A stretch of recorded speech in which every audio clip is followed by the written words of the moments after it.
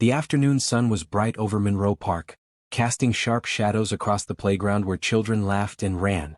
Tasha Williams wiped down her food cart's counter, the smell of grilled sausages and peppers mixing with the spring air. Her red apron was stained from the lunch rush, and her feet ached in her worn sneakers. She'd made maybe $60 today. Rent was due in 5 days and she was $200 short. A little girl in a yellow sundress caught her attention. She was maybe 5 years old, with dark curls bouncing as she chased a butterfly near the fountain. Her laughter carried across the grass, pure and bright. A tall man in an expensive gray suit sat on a nearby bench, watching her with tired eyes, his phone pressed to his ear. 2 other men in dark suits stood at a distance, clearly security. Tasha turned back to her cart, squeezing mustard bottles to check how much was left. She'd need to restock tomorrow, which meant another $40 she didn't have. The thought made her stomach tight. Then the little girl screamed. Tasha's head snapped up. A man in a black jacket had grabbed the child, yanking her away from the fountain. The girl's yellow dress twisted as she struggled. The man in the suit dropped his phone and started running, but he was too far away. The security guards were caught off guard, sprinting from the wrong angle. The man in the black jacket pulled something from his pocket. Metal flashed in the sunlight. A knife. Tasha didn't think. Her body moved before her brain caught up. She vaulted over her cart's counter, her hips slamming against the metal edge, pain shooting through her side. Her feet hit the grass running. The world narrowed to that blade, that small hand reaching out, those wide terrified eyes. The man raised the knife. The little girl's mouth opened in another scream that Tasha felt in her bones. The blade started its downward arc. Tasha's hand shot out and closed around the blade. The metal bit into her palm, sharp and cold and burning all at once. Blood welled up immediately, hot and slick, running down her wrist and dripping onto the grass. The man's eyes went wide with shock behind his sunglasses. He tried to pull the knife back, and the blade cut deeper into Tasha's hand. She gritted her teeth against the pain that screamed up her arm and held on tighter. "Run," Tasha gasped at the little girl. Her voice came out strangled, but the child understood. She stumbled backward, tripping over her own feet in her hurry to get away. The man yanked harder on the knife. Tasha's hand felt like it was splitting open, her blood making everything slippery. She could feel the blade grating against something inside her palm, maybe bone. Black spots danced at the edges of her vision, but she didn't let go. "Let go," the man snarled, his face twisting with rage. He raised his other hand to strike her. Then the man in the gray suit slammed into the attacker like a freight train. They both went down in a tangle of limbs. The knife jerked out of Tasha's hand as they fell, and she stumbled backward, cradling her injured hand against her chest. Blood soaked through her red apron, dripping onto her jeans. The security guards reached them seconds later, pulling the attacker away from the suited man and pinning him face down on the grass. People were screaming now. Someone was calling 911. A woman was crying. Tasha's legs gave out and she sat down hard on the grass. Her hand was throbbing, each pulse of her heartbeat sending fresh waves of pain through her arm. She looked down at the cut and immediately wished she hadn't. The gash ran across her entire palm, deep and ugly, blood still flowing freely. "Ma'am? Ma'am, stay with me." The man in the gray suit was kneeling beside her. Up close, she could see he was maybe in his mid-30s, with light brown hair and worried green eyes. His expensive suit had grass stains on the knees now. "Your hand?" he said, his voice tight. He pulled off his suit jacket and wrapped it around her hand, pressing down to stop the bleeding. The pressure made her gasp. "I'm so sorry. I'm so sorry." "The girl," Tasha managed. Her tongue felt thick. "Is she okay?" "She's fine. She's safe. Because of you." His hands were shaking as he held the jacket against her wound. "The ambulance is coming. Just hold on." The little girl appeared at his shoulder, tears streaming down her face. "Daddy, is the lady going to be okay?" "Yes, baby. She's going to be fine." He pulled the child close with one arm, still keeping pressure on Tasha's hand with the other. "She's very brave." Tasha wanted to say something, but her mouth wouldn't work right. The park was tilting sideways. She heard sirens in the distance getting closer. The man was talking to her, his voice urgent, but the words were getting fuzzy. The last thing she saw before everything went dark was the little girl's face, tear-stained and terrified, and those wide brown eyes that reminded Tasha of every reason she'd ever had to believe people were worth saving. When she thought about it later, in the quiet moments before sleep, Tasha would wonder what made her run toward danger instead of away from it. She'd never been brave. She'd spent most of her 24 years just trying to survive, working 3 jobs to pay for community college before she had to drop out, sleeping on friends' couches when rent got too high, pretending she wasn't hungry when the money ran out before the month did. But something about that little girl's scream had reached inside her chest and pulled. Maybe it was because Tasha remembered being small and scared once, when her own mother had died and left her alone in the world. Maybe it was because she'd spent so long feeling helpless that when she finally had a chance to help someone else, she couldn't not take it. Or maybe she was just tired of being the person things happened to. Maybe, just for once, she wanted to be the person who made things happen. Whatever the reason, that moment in the park changed everything. The knife that cut her hand also cut through the invisible wall that had separated her old life from something new, something she'd never imagined possible. But lying there on the grass, blood soaking through an expensive suit jacket, Tasha didn't know any of that yet. She just knew that a child was safe and that somehow, despite everything, that was enough. Have you ever witnessed a moment that made you question what you would do in a life-or-death situation? When seconds matter and there's no time to think, would you run toward danger or away from it? Drop a comment below with your honest answer, and don't forget to subscribe to see how Tasha's split-second decision changes her entire life. Would you have done what she did? Tasha woke up to the smell of antiseptic and the sound of machines beeping softly. Her mouth tasted like cotton, and her head felt stuffed with wool. For a few confused seconds she didn't know where she was. The ceiling above her was white and smooth, with recessed lighting that was turned down low. Definitely not her apartment, where water stains marked the ceiling in brown constellations. Her right hand felt heavy and distant, like it belonged to someone else. She turned her head, moving slowly because everything felt fragile, and looked down. Her hand was wrapped in thick white bandages from fingertips to wrist. And 4 lines ran into her left arm, connected to a bag of clear fluid hanging from a metal stand. "You're awake." The voice made her jump, then wince as pain flared in her hand. The man from the park sat in a chair beside her bed. He'd changed out of his grass-stained suit and now wore dark jeans and a blue button-down shirt. He looked exhausted, with dark circles under his eyes and stubble shadowing his jaw. "Where am I?" Tasha's voice came out rough and scratchy. "St. Catherine's Hospital. Private wing." He leaned forward, his hands clasped between his knees. "You've been out for about 6 hours. The surgery went well." "Surgery?" Tasha tried to sit up, but her body protested. "I can't afford surgery. I don't have insurance." "I'm covering it." He said it simply, like it was obvious. "All of it?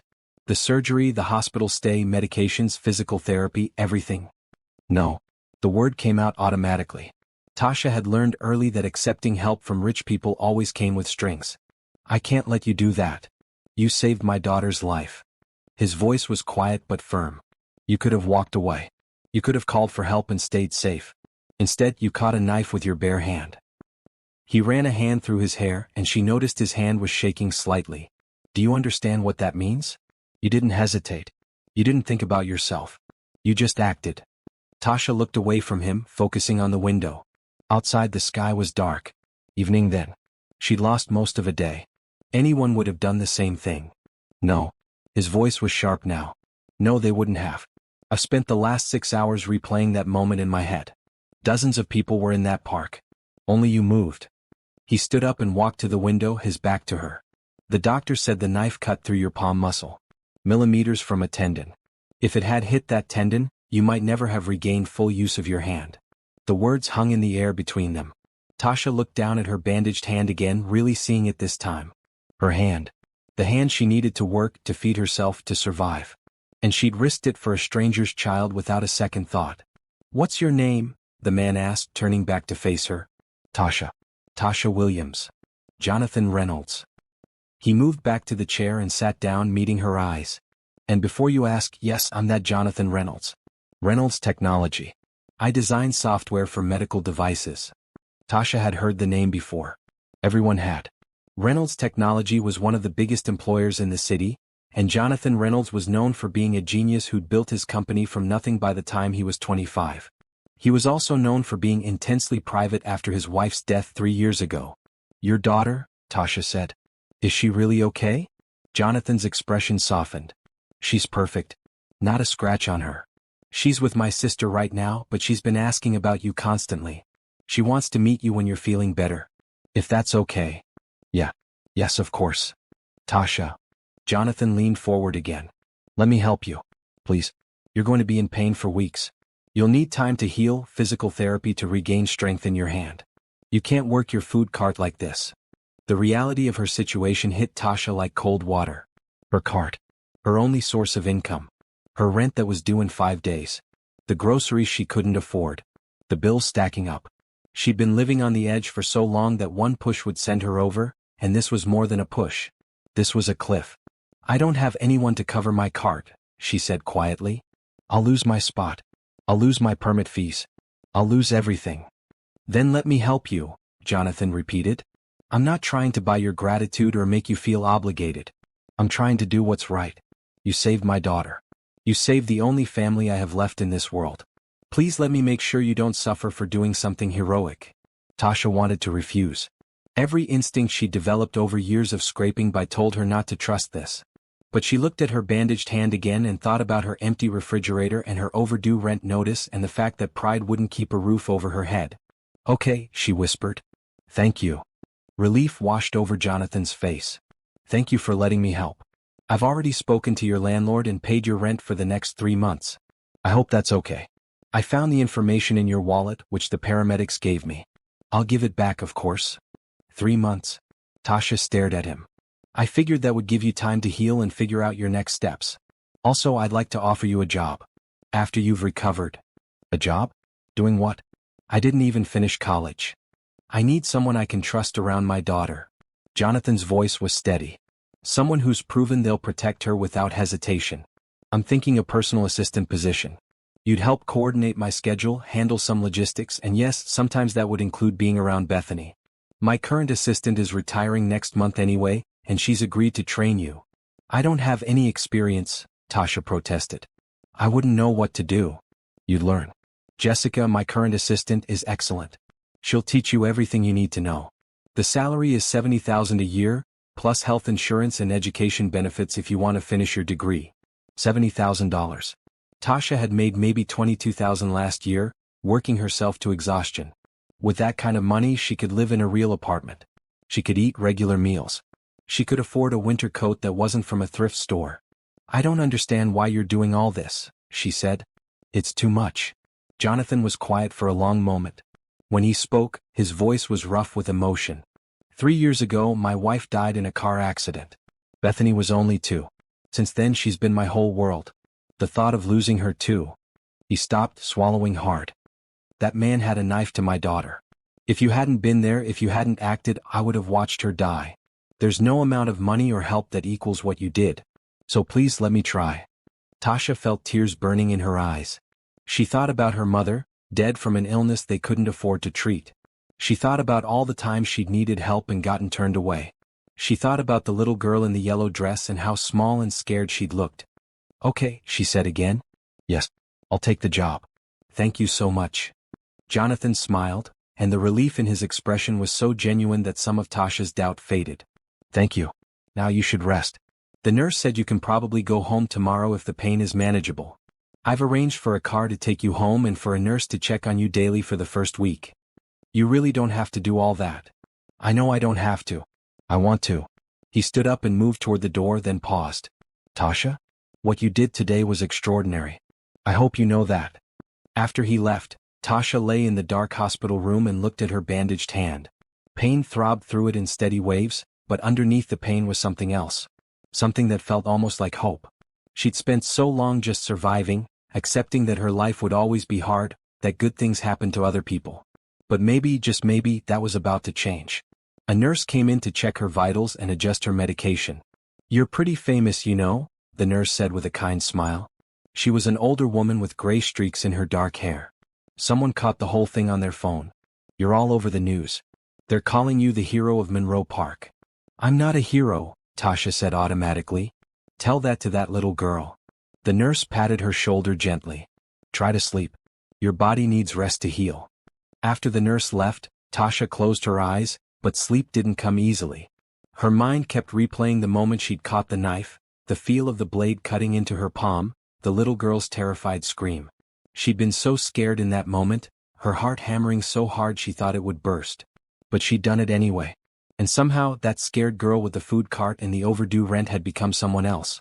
Someone who ran toward danger instead of away from it. Someone who mattered. She thought about Jonathan's offer. A real job.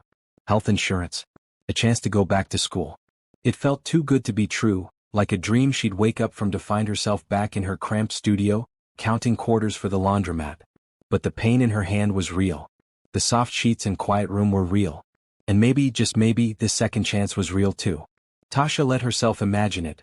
Waking up in an apartment with heat that actually worked, eating breakfast without checking her bank account first, walking into an office where people knew her name. Having a job that mattered, protecting a little girl who needed her. Being someone's hero. The medication was making her drowsy now, pulling her down into sleep. Her last thought before darkness took her was of the little girl's face and the pure relief in her father's eyes. She'd caught a knife today. Maybe she'd caught something else too. Something like a future. The next morning, Tasha was discharged with a prescription for pain medication, instructions for hand care, and an appointment with a hand specialist for the following week. Jonathan had sent a car as promised, a sleek black sedan with a quiet driver who helped her into the back seat and made sure she was comfortable before pulling away from the hospital. Tasha watched the city roll past her window. Usually she'd take the bus, standing in the aisle when it got crowded, watching wealthy people in their nice cars zip past. Now she was one of those people in a nice car and it felt surreal. When the car pulled up to her apartment building, Tasha's stomach sank. The building looked even more run down than usual. Peeling paint, a broken window on the second floor covered with cardboard, trash scattered near the dumpster. The driver didn't comment, just helped her out and offered to walk her up. "I'm okay," Tasha said. "Thank you." Her apartment was on the third floor, and by the time she climbed the stairs, her hand was throbbing and sweat had broken out on her forehead. She fumbled with her keys using her left hand, finally getting the door open. The apartment was exactly as she'd left it. One room with a kitchenette on one wall, a bathroom barely big enough to turn around in, a mattress on the floor, and a small table with two mismatched chairs. Her clothes hung from a tension rod in the corner. The whole space was maybe 300 square feet. Tasha sat down on her mattress and looked around. This had been home for 8 months, the longest she'd stayed anywhere since her mother died. She'd been almost proud of it, this proof that she could take care of herself. Now it just looked sad. A knock on the door made her jump. When she opened it, she found Jonathan standing in the hallway with the little girl from the park holding his hand. "I hope you don't mind," Jonathan said. "Bethany insisted on coming. We brought lunch." He held up a bag from an expensive bistro downtown. "The brave lady." Bethany let go of her father's hand and looked up at Tasha with wide eyes. "Daddy said you got hurt saving me. Can I see?" "Bethany, remember what we talked about?" Jonathan said gently. "Oh yeah. Thank you for saving me. Are you okay? Does it hurt a lot?" The words tumbled out in a rush. Tasha felt her throat get tight. She knelt down carefully to be at eye level with the child. "It hurts some, but I'm okay. And you're welcome. I'm really glad you're safe." Bethany threw her arms around Tasha's neck, hugging her tight. "You're my hero." Over the child's shoulder, Tasha met Jonathan's eyes. He looked like he might cry. They ate lunch at Tasha's tiny table, Jonathan sitting in one chair and Bethany perched on his lap while Tasha took the other chair. Bethany chattered about everything: her kindergarten class, her best friend Emma, the picture she'd drawn of Tasha catching the knife, which she'd brought to show her. "See? That's you in the red apron. And that's the bad man. And that's the knife. But you stopped it." Bethany pointed at each element of her crayon drawing. "Daddy says you're the bravest person he's ever met." "I don't know about that," Tasha said. "It's true," Jonathan said quietly. "I've known a lot of people in my life, Tasha. Business people, politicians, celebrities. None of them would have done what you did." After they ate, Bethany asked if she could watch cartoons. Jonathan pulled up a show on his phone and handed it to her, then turned to Tasha. "I meant what I said yesterday. About the job. Jessica, my assistant, is expecting you at the office on Monday. If you're feeling up to it, that is." Monday? That was only 4 days away. "I don't know if my hand will be healed enough." "You won't be doing any physical labor. Mostly learning the systems, meeting people, understanding how things work. Jessica will handle the actual work while you train." Jonathan paused. "I also wanted to talk to you about your living situation." Tasha felt her face get hot. "I know it's not much, but it's mine. The rent is paid. I'm not criticizing. I grew up in a place not much bigger than this. But I'd like to help you find something better. Safer. Closer to the office so you don't have to commute as far." He held up a hand before she could protest. "Not a penthouse. Just a decent one-bedroom in a building with working heat and a door that locks properly. I noticed yours is broken. Tasha looked at her door. The lock had been busted for 2 months, and the landlord kept promising to fix it but never did. She'd been using the chain lock, but it wasn't exactly secure. Why are you doing all this? She asked. The job, I understand. But everything else, it's too much. Jonathan was quiet for a moment, watching Bethany laugh at something on the phone screen. When my wife died, I was lost. Completely lost. I had a 2-year-old daughter and no idea how to be a single parent. I had all the money in the world, but I couldn't buy my way out of grief or confusion. He turned to look at Tasha. People helped me. My sister moved in for 6 months. My assistant Jessica extended her hours. My neighbors checked in constantly. They didn't have to. They did it because it was right, because I needed help and they could provide it. He gestured around the small apartment. You need help right now. I can provide it. It's that simple. It doesn't feel simple, Tasha admitted.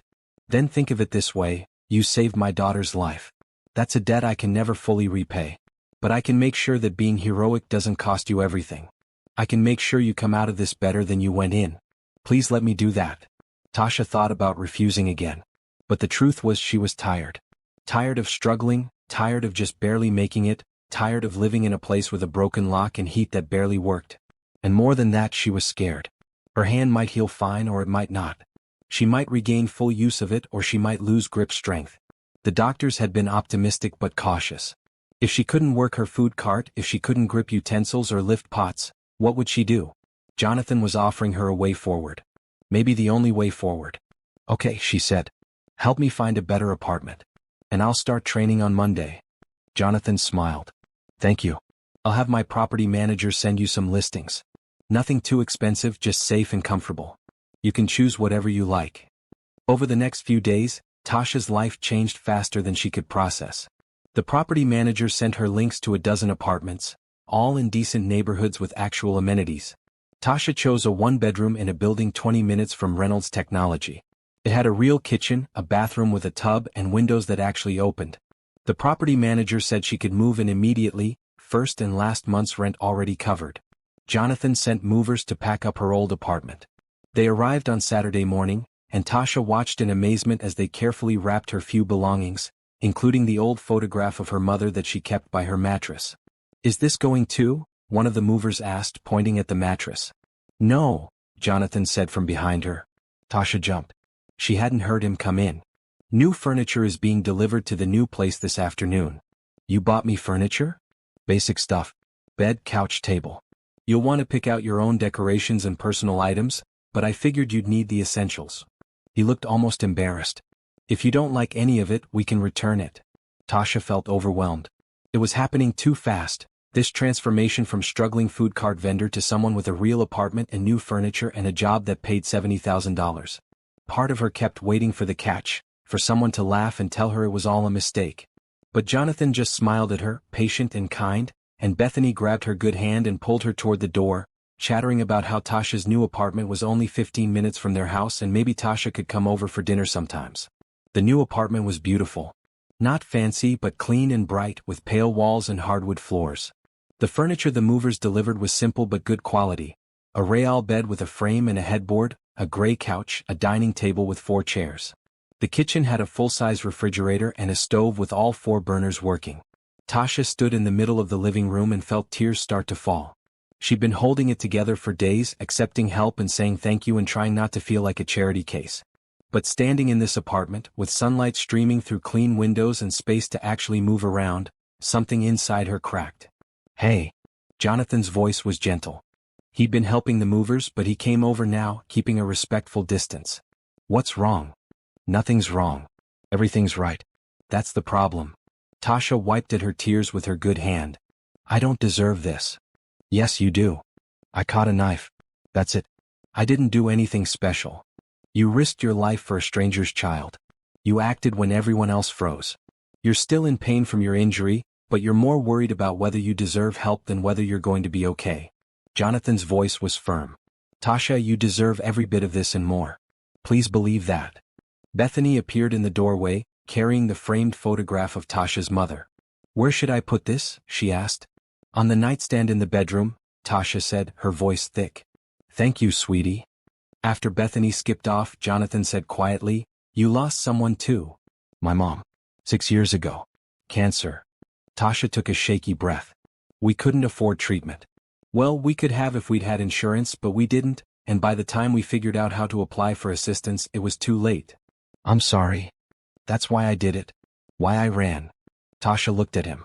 "When I saw that man with the knife, all I could think was that someone was about to lose the person they loved most. And I couldn't let that happen if I could stop it." Jonathan's eyes were bright. "Your mother raised an incredible person." They spent the rest of the afternoon organizing Tasha's things. Bethany helped put away dishes in the kitchen, standing on a chair to reach the cabinets. Jonathan assembled a bookshelf Tasha hadn't realized she'd be getting. By evening, the apartment looked like a real home. "Pizza?" Jonathan suggested, pulling out his phone. "I'm ordering. What do you like?" They ate pizza sitting on Tasha's new couch, Bethany between them, tomato sauce on her chin. The little girl was tired from all the excitement and kept yawning, leaning against Tasha's side. "Someone's ready for bed," Jonathan said with a smile. "We should get going." As he gathered their things and helped Bethany into her jacket, he turned to Tasha. "Monday morning, 9 o'clock. Jessica will meet you in the lobby. She's excited to meet you." "I'm nervous," Tasha admitted. "That's normal. But you're going to be great." He paused at the door. "Thank you, Tasha. For everything. For saving Bethany. For letting me help. For giving me a way to feel like I'm doing something good in a world that often feels cruel." After they left, Tasha walked through her apartment, touching the furniture, looking out the windows, opening and closing the cabinets just because she could.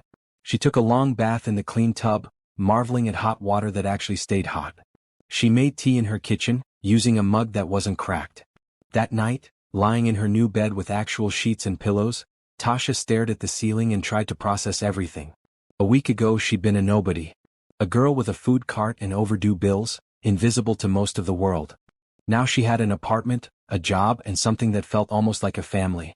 A little girl who hugged her tight and called her brave. A man who looked at her like she mattered. It was terrifying and wonderful and so much more than she'd ever let herself hope for. Her hand throbbed under the bandages, a reminder of how she'd gotten here. Tomorrow she'd worry about whether she deserved it. Tonight she'd just be grateful. Monday morning arrived too quickly. Tasha stood in front of her new closet, staring at her limited wardrobe with growing panic. She had jeans, t-shirts, her red apron from the food cart, and one dress she'd bought at a thrift store 3 years ago for a friend's wedding. Nothing appropriate for working at a technology company. Her phone buzzed. A text from Jonathan. "Jessica will meet you at 9. Don't worry about clothes. Casual is fine. You've got this." Tasha texted back a thank you, then chose her newest jeans and a green sweater that didn't have any holes. She looked at herself in the bathroom mirror. Her hair needed to be done, her sneakers were old, and she still looked like someone who'd spent the last year selling sausages from a cart. But her eyes were bright with something she barely recognized. Excitement, maybe. Or hope. The Reynolds Technology Building was downtown, a sleek glass structure that reflected the morning sky. Tasha had passed it on the bus dozens of times, never imagining she'd walk through its doors. The lobby was all marble and chrome with a security desk and turnstiles. A woman was waiting near the entrance. She was in her early 60s, with silver haircut and a neat bob and kind eyes behind stylish glasses. She wore a blue cardigan over a white blouse and her smile was warm. "You must be Tasha. I'm Jessica Torres." She extended her hand, then noticed Tasha's bandaged right hand. "Oh, of course. How is it healing?" "Better, I think. Still hurts." "I bet. Come on, let me show you around." Jessica led her through the turnstiles, using a badge to get them through. "Don't be nervous. Everyone here is friendly and Jonathan's told them all about you. You're something of a celebrity." The office was open and bright, with floor-to-ceiling windows and plants everywhere. People worked at standing desks in conference rooms, on couches and casual seating areas. It didn't look like any office Tasha had imagined. Reynolds Technology designs software for medical devices, Jessica explained as they walked. Everything from hospital equipment monitors to home health systems. The work we do here literally saves lives, which is why Jonathan is so passionate about it. He lost his wife to a medical issue that might have been caught earlier with better monitoring equipment. "I didn't know that," Tasha said quietly. "He doesn't talk about it much. But it drives him. Everything he does is about making sure other families don't lose what he lost." Jessica guided her into an elevator. "We're on the 23rd floor. That's where Jonathan's office is and where you'll be working. The 23rd floor was quieter, with thick carpet and actual walls instead of the open layout downstairs. Jessica's desk sat outside a large corner office with frosted glass walls. A second desk, currently empty, sat next to it. That's yours, Jessica said. Computers should be all set up. Login information is in this packet. She handed Tasha a folder.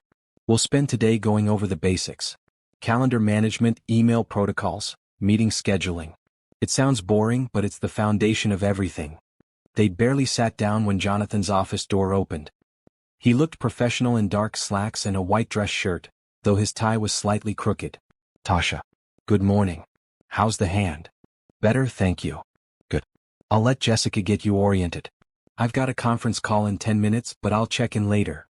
He smiled at her, and Tasha felt some of her nervousness fade. The morning flew by. Jessica was an excellent teacher, patient and thorough.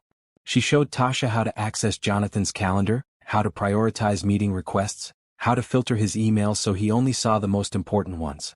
It was overwhelming but also fascinating, seeing how one person could manage so many responsibilities. The key is organization, Jessica explained.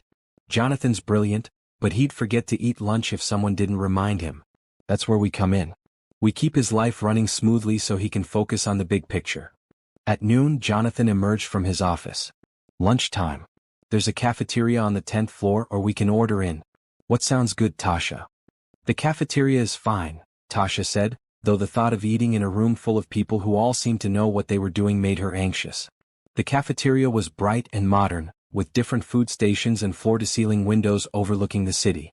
Jessica got soup and a salad, Jonathan grabbed a sandwich, and Tasha chose pasta, acutely aware of how expensive everything looked. It's all free for employees, Jessica said, noticing Tasha's hesitation. One of the company perks. They found a table by the windows. Jonathan was immediately recognized, with people stopping by to say hello or ask quick questions. He introduced Tasha each time, and the reactions were similar: surprise, curiosity, and then understanding as they made the connection to the news story. You're the woman who caught the knife, a young programmer said, his eyes wide. That video was incredible. My girlfriend watched it like 10 times. After he left, Tasha whispered to Jessica, "There's a video?" "Oh honey, yes. Someone recorded the whole thing on their phone. It went viral." "You haven't seen it?" Tasha shook her head. She'd been too busy moving and recovering to check social media. Jessica pulled out her phone and found the video within seconds. She turned it so Tasha could see the screen. The video started with the camera focused on someone's dog, but then you could hear a child screaming. The camera swung around, shaky and unfocused, but it caught everything. Tasha vaulting over her food cart. Sprinting across the grass. The knife coming down. Her hand shooting out and closing around the blade. The angle was from a distance, but you could see the blood. You could see Tasha's face, twisted with pain but determined. You could see her grip tighten even as the attacker tried to pull away. And you could see the little girl stumbling backwards safe. The video ended with Jonathan tackling the attacker. The view count at the bottom was over 2 million. "I look terrified," Tasha whispered. "You look brave," Jonathan corrected. "There's a difference." That afternoon, Jessica continued Tasha's training. They went over filing systems, vendor contacts, and the various departments within the company. Tasha tried to absorb it all, taking notes with her left hand since her right was still too sore. Around 3, Bethany appeared with Jonathan's sister, a woman in her 40s with the same green eyes as Jonathan. "Uncle Jonathan said I could visit," Bethany announced. "This is Aunt Claire." "The famous Tasha," Claire said, shaking Tasha's left hand. "I've heard so much about you. Bethany talks about you constantly.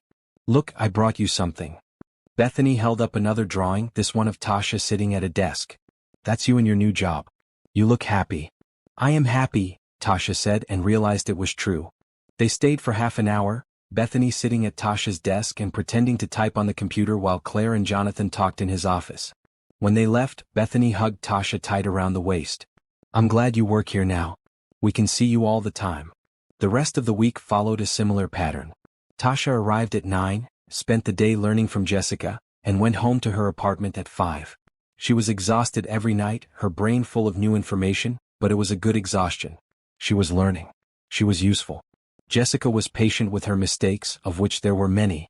Tasha accidentally deleted an important email, double-booked Jonathan for a meeting, and somehow managed to order 50 pizzas instead of 5 for a company lunch. But Jessica just laughed, fixed the problems, and showed her how to avoid them next time. Everyone makes mistakes, she said. The important thing is learning from them. Jonathan was kind but professional. He checked in daily, asking how she was settling in and if she needed anything, but he didn't hover. Tasha appreciated that. She didn't want to be treated like a charity case, and he seemed to understand that instinctively. By Friday, Tasha felt almost comfortable. She'd learned the basics of the calendar system, could navigate the email filters without panicking, and had memorized the names of the key department heads. Her hands still hurt, but the pain was manageable with over-the-counter medication. At 5 o'clock, Jessica started packing up her things. You survived your first week. How do you feel? Overwhelmed. But in a good way. That's normal. You're doing great, Tasha. Much better than I did my first week, and I'd been an assistant for 10 years before coming here. Jessica pulled on her coat. Jonathan wants to talk to you before you leave, by the way. Don't worry, you're not in trouble. After Jessica left, Tasha knocked on Jonathan's door. He was standing by the window looking out at the city. The late afternoon sun cast long shadows across the office. How was your first week? He asked without turning around. Good. Hard but good. Jessica's an excellent teacher. She is. And she tells me you're a quick learner. He turned to face her. I wanted to check how you're really doing. Not just with the job, but with everything. It's been a lot of change very quickly. Tasha thought about lying, about saying everything was perfect. But something about Jonathan's direct gaze made her want to be honest. It's strange. A week ago, I was living in a tiny apartment with a broken lock, barely making rent. Now I have a real place, a real job, and people who seem to genuinely care if I'm okay. It doesn't feel real sometimes. I understand that feeling. After Lily died, people kept telling me how lucky I was. Lucky to have money, lucky to have a daughter, lucky to have a successful company. And I was lucky. But it didn't feel lucky. It felt like I was wearing someone else's life. He moved away from the window and sat on the edge of his desk. Eventually, I stopped waiting for it to feel normal and just let it be my new reality. That's my advice to you. This is your life now. You earned it by being extraordinary when it mattered. Let yourself have it. I'll try, Tasha said. Good. Now I have a question. Bethany's birthday is next Saturday. She's turning 6. She wants you to come to her party. It's just going to be family and a few friends from school, nothing fancy. Pizza, cake, maybe some games in the backyard. Would you come? Really? She wants me there? She's been asking about it all week. She even made you an invitation. Jonathan pulled a folded piece of construction paper from his desk drawer and handed it to Tasha. The invitation was covered in crayon drawings and stickers. Bethany's 6th birthday party. Please come, Tasha, in wobbly letters. At the bottom, Bethany had drawn a picture of the two of them holding hands. Tasha felt tears prick her eyes. Of course I'll come. Thank you. Means a lot to her. To both of us. Jonathan stood up. Have a good weekend, Tasha. You've earned it. Tasha walked home that evening even though it was a long walk. She needed time to think. The sun was setting, painting the sky in shades of orange and pink, and the city was alive with Friday evening energy. People laughed outside restaurants, couples walked hand in hand, and street musicians played on corners. A week ago, Tasha had been invisible. Just another struggling person in a city full of them, moving through life without anyone really seeing her. Now she had a little girl who drew pictures for her. A man who looked at her with respect and gratitude. A job that challenged her and paid enough that she didn't have to check her bank account before buying groceries. She'd caught a knife with her bare hand and somehow, impossibly, that moment had caught her a life worth living. Her hand throbbed as she walked, but Tasha found herself smiling. The scar would fade eventually, but even if it didn't, she thought she might be okay with that. Some scars were worth having. Some wounds led to healing you didn't know you needed. Saturday morning, Tasha slept in for the first time in years. No alarm, no rush to get to her food cart spot before someone else claimed it, no anxiety about whether she'd make enough money that day. She woke up naturally around 9, sunlight streaming through her bedroom window, and lay in bed just enjoying the quiet. Her phone buzzed. A text from Jonathan. Detective Okafor wants to talk to you about the case. Nothing to worry about, just follow up. Are you free this afternoon? Tasha's stomach tightened. She'd been trying not to think about the man who'd attacked Bethany, but of course there would be an investigation. She texted back that she was free. Detective Rita Okafor arrived at Tasha's apartment at 2. She was a tall Nigerian woman in her late 40s, with sharp eyes and a firm handshake. She wore a maroon blazer and carried a leather portfolio. "Ms. Williams. Thank you for seeing me." She settled into the armchair Tasha offered. "I know you gave your statement at the hospital, but I have a few follow-up questions." "Okay." Tasha sat on the couch, suddenly nervous. "First, how's your hand healing?" "Better. Still sore, but the doctor says I should regain full function with physical therapy." "Good. That's good." Detective Okafor opened her portfolio and pulled out several photographs. "I want to show you some pictures and see if you recognize anyone." The photos were of different men, all around the same age as the attacker. Tasha studied them carefully, her heart pounding. The third photo was him. She'd know that face anywhere, even without the sunglasses. "That one," she said, pointing. "That's the man from the park." "You're certain?" "Completely." Detective Okafor nodded, making a note. "His name is Vincent Curry. He has a record, mostly petty theft and assault. This is his first attempted murder charge. Do you know why he did it? Why he tried to hurt Bethany?" The detective was quiet for a moment. "That's where things get complicated. Curry isn't talking much, but he did admit he was hired to do the job. Someone paid him to go after Mr. Reynolds' daughter." The words hung in the air like smoke. Tasha felt cold suddenly. Someone wanted a 5-year-old girl dead? Or kidnapped? "We're not entirely sure. Curry's story keeps changing." Detective Okafor leaned forward. "Ms. Williams, I need you to understand something. This wasn't a random attack. Bethany Reynolds was specifically targeted. Which means whoever hired Curry might try again." "Does Jonathan know?" "I just came from his house." "He knows." "Security has been increased around both Bethany and Mr. Reynolds." The detective paused. "I'm telling you this because you work for him now. You'll be around his daughter regularly.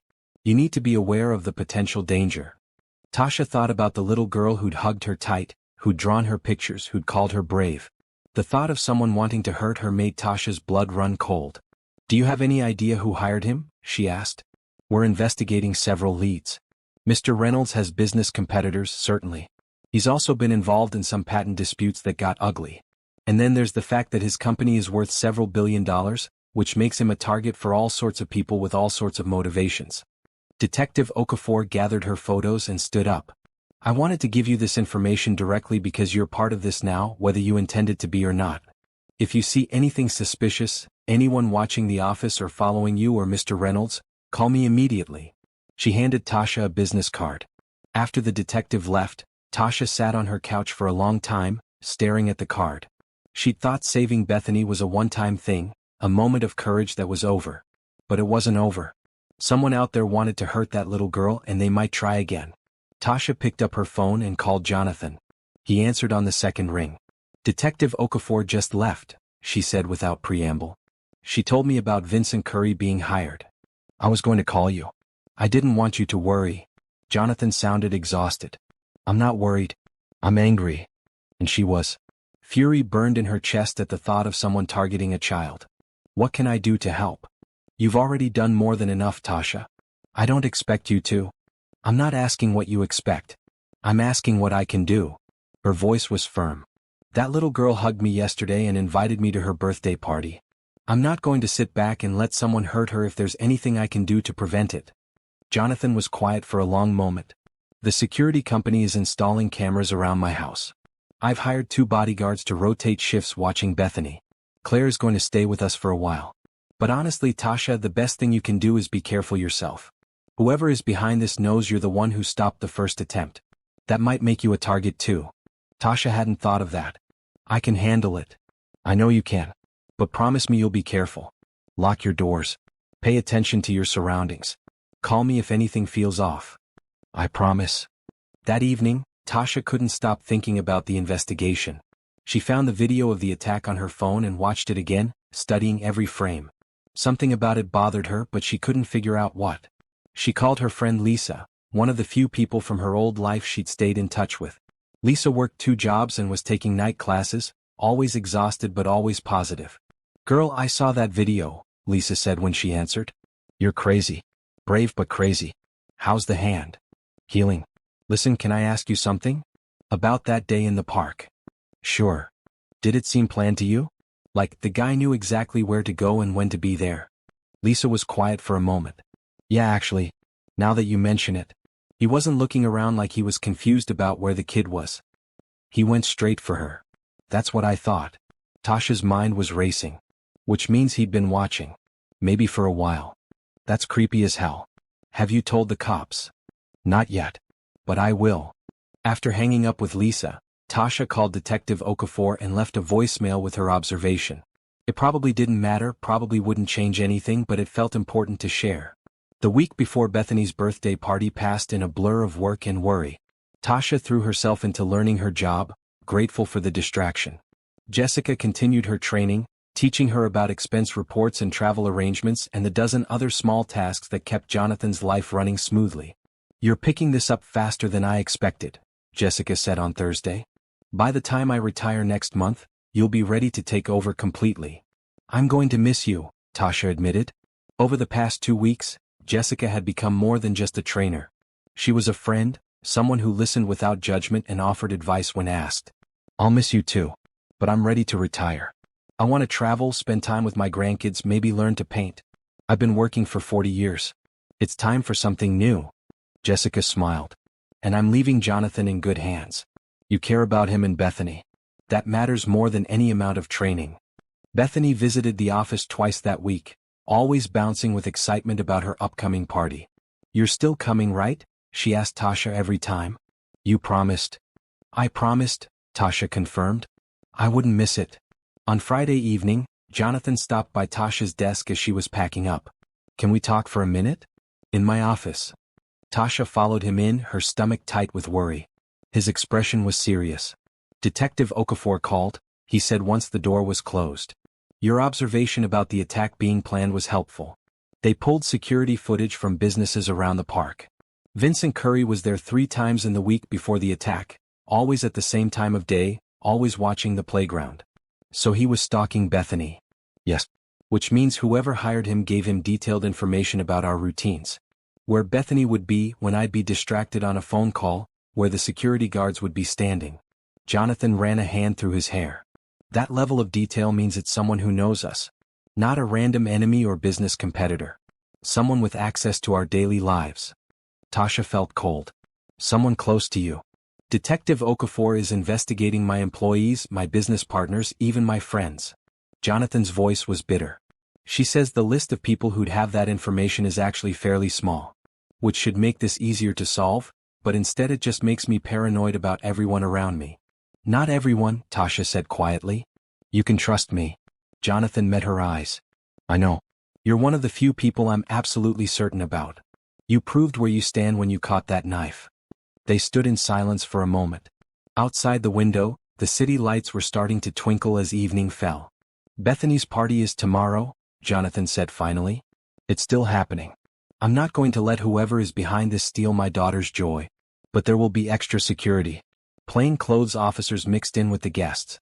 I hope that doesn't make you uncomfortable. I'm glad they'll be there. Bethany deserves to have a normal birthday party. Thank you for understanding. And thank you for caring about her. Jonathan's voice was rough. I know you signed up to be an assistant, not a bodyguard or a friend. But you've become important to both of us. Tasha felt her throat get tight. You've both become important to me too. What would you do if you discovered someone close to you had betrayed your trust in the worst possible way? Would you see it coming or would the truth blindside you? Share your thoughts in the comments, and make sure you're subscribed because this story is about to take a turn that will change everything for Tasha, Jonathan, and little Bethany. Bethany's birthday party was everything a 6-year-old could want. The backyard of Jonathan's house was decorated with bright pink and purple balloons, streamers hanging from the trees, and a bouncy castle that dominated the lawn. A table was loaded with pizza, fruit, and a massive cake shaped like a unicorn. Tasha arrived early carrying a wrapped present. She'd spent an embarrassing amount of time choosing it, finally settling on a set of art supplies after remembering how much Bethany loved to draw. You came. Bethany shrieked, running across the lawn. She wore a sparkly purple dress and a birthday crown that sat slightly crooked on her curls. Look at my castle. And my cake. Isn't it pretty? The prettiest cake I've ever seen, Tasha agreed, letting Bethany drag her toward the festivities. Jonathan stood by the grill, flipping burgers and hot dogs. He wore jeans and a green polo shirt, looking more relaxed than Tasha had seen him at the office. But she noticed the tension in his shoulders and the way his eyes kept scanning the yard. She spotted the security too once she knew to look for it. A woman in a blue sundress who stood too straight and kept one hand near her purse. A man in khakis and a button-down who never quite relaxed into conversation. They were good, blending in with the parents and relatives, but Tasha had spent enough time watching people to recognize those who were watching back. Claire, Jonathan's sister, greeted Tasha with a warm hug. "I'm so glad you could make it. Bethany's been talking about you all week. You'd think you were the birthday girl." The party was loud and chaotic in the best way. Children ran around screaming with joy, playing games and eating too much sugar. Parents chatted in clusters, drinking lemonade and watching their kids. Bethany opened presents with the appropriate level of 6-year-old enthusiasm, squealing over each gift. When she got to Tasha's present, she ripped off the wrapping paper and gasped. "Art supplies. Look, Daddy, so many colors." She threw her arms around Tasha. "Thank you, thank you, thank you. You're very welcome, birthday girl." After the cake was cut and the singing was done, the party started to wind down. Parents collected their exhausted children, thanking Jonathan and waving goodbye. The security people lingered, though, and Tasha noticed Jonathan having a quiet conversation with the woman in the blue sundress. "Everything okay?" Tasha asked when he came back over. "Fine. Just checking in." But his expression said otherwise. By 6 o'clock, only family and Tasha remained. Claire was helping Bethany sort through her presents, and Jonathan asked Tasha to come inside for a minute. His house was beautiful, decorated in comfortable modern style with family photos everywhere. Tasha could see Lily in some of them, a pretty woman with dark hair and a bright smile, always laughing in the pictures. Jonathan led her to his home office, a room lined with bookshelves and dominated by a large desk. He closed the door behind them and leaned against it, suddenly looking exhausted. "Someone called the house this morning," he said without preamble. "On the landline, which almost no one has the number for. They didn't identify themselves. They just said, 'Pretty party.' Shame if something ruined it." Tasha felt ice in her stomach. "Did you tell the police?" Detective Okafor was here within 20 minutes. They traced the call to a burner phone. Dead end. Jonathan moved to the window, looking out at the backyard where Bethany was now chasing fireflies with Claire. "Whoever is doing this is bold. They're not even trying to hide anymore." What did the detective say? That we need to be more careful. That they're close to identifying who hired Vincent Curry, but they need more time. Jonathan's hands were clenched into fists. "I don't know how much more time I can give them. Living like this, constantly afraid, never knowing if today is the day someone tries again." He broke off, his voice cracking. Tasha moved closer without thinking, placing her good hand on his arm. "You're not alone in this," she said firmly. "I'm here. Claire's here. The police are working on it. And whoever is behind this, they made one big mistake. They underestimated how many people care about Bethany and will fight to protect her." Jonathan looked down at her hand on his arm, then met her eyes. "Why are you doing this? You could have taken the money I offered, said thank you, and moved on with your life. You don't owe us anything more." "I don't do it because I owe you. I do it because I care." The words came out more intense than Tasha intended, but they were true. "Bethany is the sweetest kid I've ever met. And you are a good man trying to protect your daughter while running a company that helps people. I'm not walking away from that just because it's hard or scary." They stood close in the quiet office, the evening light casting shadows across the room. Tasha became suddenly aware of how near she was standing, how she could see the flecks of gold in Jonathan's green eyes. He lifted his hand slowly and tucked a strand of hair behind her ear. "You're remarkable, Tasha Williams." Before either of them could do or say anything else, the office door burst open. Claire stood there, her face pale. "Jonathan. Someone's at the front gate." The security system caught them on camera. They left something. They all rushed to the front door, where one of the plainclothes officers was examining a manila envelope that had been taped to the gate. He was wearing gloves, treating it like evidence. "Don't touch it," the officer said. "I've already called it in. Detective Okafor is on her way." Through the clear plastic of the evidence bag he'd placed it in, Tasha could see the envelope. On the front, written in block letters, were 2 words, "Last warning." Bethany appeared at the top of the stairs, holding her new stuffed animal. "Daddy? What's happening? Why does everyone look worried?" Jonathan immediately put on a smile and went to her. "Nothing, baby. Just some grown-up stuff. How about we go finish opening those presents?" After Bethany was distracted again, Jonathan, Claire, Tasha, and the officers gathered in the kitchen. Detective Okafor arrived 15 minutes later, her expression grim. "The envelope contains photos," she said after examining it carefully. "Of Bethany. At school, at the park, here at home. Taken over the past few weeks. They've been watching her this whole time, Claire whispered, horrified. It appears so. Detective Okafor's voice was controlled but angry. This is escalating. Mr. Reynolds, I'm recommending you and your daughter relocate to a safe house until we identify the suspect. No. Jonathan's voice was flat. Bethany just turned 6. She has school, friends, a life. I'm not going to lock her away because some coward is threatening us. Jonathan, Claire started, but he cut her off. I'll increase security. I'll hire more bodyguards. I'll do whatever it takes. But I'm not going to let fear control how we live. Detective Okafor nodded slowly. I understand. Then here's what we're going to do. I want at least 2 officers with Bethany at all times. One follows her to school, stays during the day and brings her home. Another stays at the house. Mr. Reynolds, you'll have protection as well. What about Tasha? Jonathan looked at her. She's been part of this from the beginning. If they know about Bethany's routines, they probably know Tasha works for me now. I can take care of myself, Tasha protested. I'm assigning an officer to check on you as well, Detective Okafor said. Just as a precaution. This person has shown they're willing to hurt a child. We can't take any chances. After the detective left and the new security protocols were established, Tasha prepared to leave. It was nearly 9 and Bethany was finally in bed, exhausted from her party and the excitement. Jonathan walked Tasha to her car, one of the officers trailing at a discreet distance. I'm sorry your first few weeks working for me have been like this, Jonathan said. This isn't what you signed up for. Stop apologizing. I'm exactly where I want to be. Tasha looked up at him in the darkness. We're going to figure this out. Detective Okafor will find who's behind it. And if she doesn't? If this just goes on, then we adapt. We stay vigilant.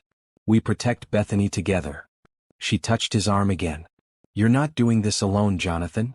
He pulled her into a hug, sudden and tight. Tasha stiffened in surprise, then relaxed into it, wrapping her arms around him. They stood like that for a long moment, holding each other in the darkness of his driveway while fireflies blinked in the trees and an officer pretended not to watch. Thank you, Jonathan whispered into her hair. For everything. For being brave. For caring. For staying. Always, Tasha said and meant it. Driving home, Tasha couldn't shake the feeling that things were about to come to a head. Someone was watching them, threatening them and getting bolder. The envelope at the gate wasn't just a warning. It was a promise. Whoever was behind this wasn't going to stop. Which meant Tasha, Jonathan, and the police needed to stop them first. Her phone rang as she pulled into her apartment parking lot. An unknown number. Tasha's heart started pounding as she answered. Hello. Silence on the other end. But not empty silence. She could hear someone breathing. Who is this? Tasha demanded. A voice, distorted and electronic, spoke. You should have minded your own business, Tasha Williams. You have no idea what you've gotten yourself into. The line went dead. Tasha sat in her car, hands shaking, staring at her phone. Then she called Detective Okafor and told her everything. The game had changed. This wasn't just about protecting Bethany anymore. Now Tasha was a target too. And somehow, knowing that only made her more determined to see this through. The next morning, Detective Okafor arrived at Tasha's apartment at 7. She brought another officer with her, a young man named Officer Martinez who immediately checked all the windows and doors. Tell me about the call again, Detective Okafor said, settling at Tasha's kitchen table with a notepad. Tasha repeated everything. The unknown number, the distorted voice, the exact words. Her hands shook slightly as she spoke, adrenaline still coursing through her system from the night before. She'd barely slept, jumping at every small sound in her apartment. The number was from another burner phone, Detective Okafor said. But they made a mistake calling you. It shows they're rattled. They're trying to scare you into backing off. It's working, Tasha admitted. I'm scared. Good. Fear makes you careful. But don't let it make you helpless. The detective leaned forward. Here's what I didn't tell Mr. Reynolds last night. We broke Vincent Curry yesterday. Tasha's eyes widened. What? He finally agreed to talk in exchange for a reduced sentence. He told us who hired him. Detective Okafor pulled out a photograph and slid it across the table. Tasha looked at the photo. It showed a man in his 50s, balding, with cold eyes and an expensive suit. Who is he? Gregory Walsh. He's Jonathan Reynolds' business partner. Or was until about 6 months ago when Jonathan started buyout proceedings to remove him from the company. Jonathan never mentioned him. Probably because he was trying not to let business problems bleed into his personal life. But Walsh has been fighting the buyout. He stands to lose millions if Jonathan succeeds in pushing him out. He also loses all his shares in the company, which are worth considerably more. Tasha's mind was racing. So he thought if he could hurt Jonathan by taking Bethany, Jonathan would give up the buyout? Exactly. First, Walsh hired Curry to kidnap Bethany for ransom. When that seemed too risky because kidnapping is federal and brings in the FBI, Walsh changed the plan. He told Curry to kill the child instead. The words made Tasha feel sick. He wanted to murder a little girl to protect his business interests? People have done worse for less money. Walsh is looking at a complete financial collapse if the buyout goes through. His other investments have failed. His marriage is falling apart. Reynolds Technology is all he has left.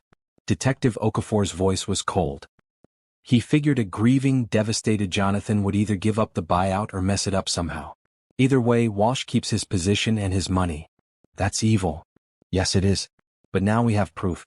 Curry gave us text messages, payment records, even a recorded phone call where Walsh discussed the plan. We're moving to arrest Walsh this morning. Relief flooded through Tasha so intensely she felt dizzy. It's over? Almost. We need to find Walsh first. He didn't show up to his office yesterday, and his wife says he hasn't been home. But we have officers at his known locations, and we've frozen his accounts so he can't run far. Detective Okafor stood up. I'm going to leave Officer Martinez here for today, just until we have Walsh in custody. Stay inside, don't answer the door for anyone, and call me if anything seems off. After the detective left, Tasha called Jonathan. He answered on the first ring, his voice tight with tension. Detective Okafor just left, Tasha said. Did she call you? Yes. Gregory Walsh. I can't believe it. Jonathan sounded stunned. I've known him for 8 years. We built this company together. How did I not see this? Because you're not the kind of person who thinks like that. You'd never hurt someone's child for money, so you didn't imagine anyone else would either. I should have been more careful. I should have protected Bethany better. You did protect her. You had security, you were vigilant, and you trusted me to help. Walsh didn't succeed, Jonathan. Bethany is safe. Because of you. Always because of you. His voice was rough. Are you okay?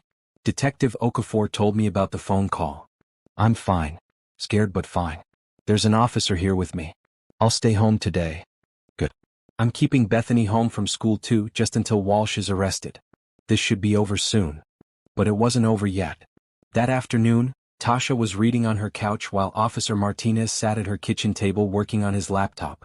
Her phone rang. Jonathan. Tasha, lock your doors. Right now.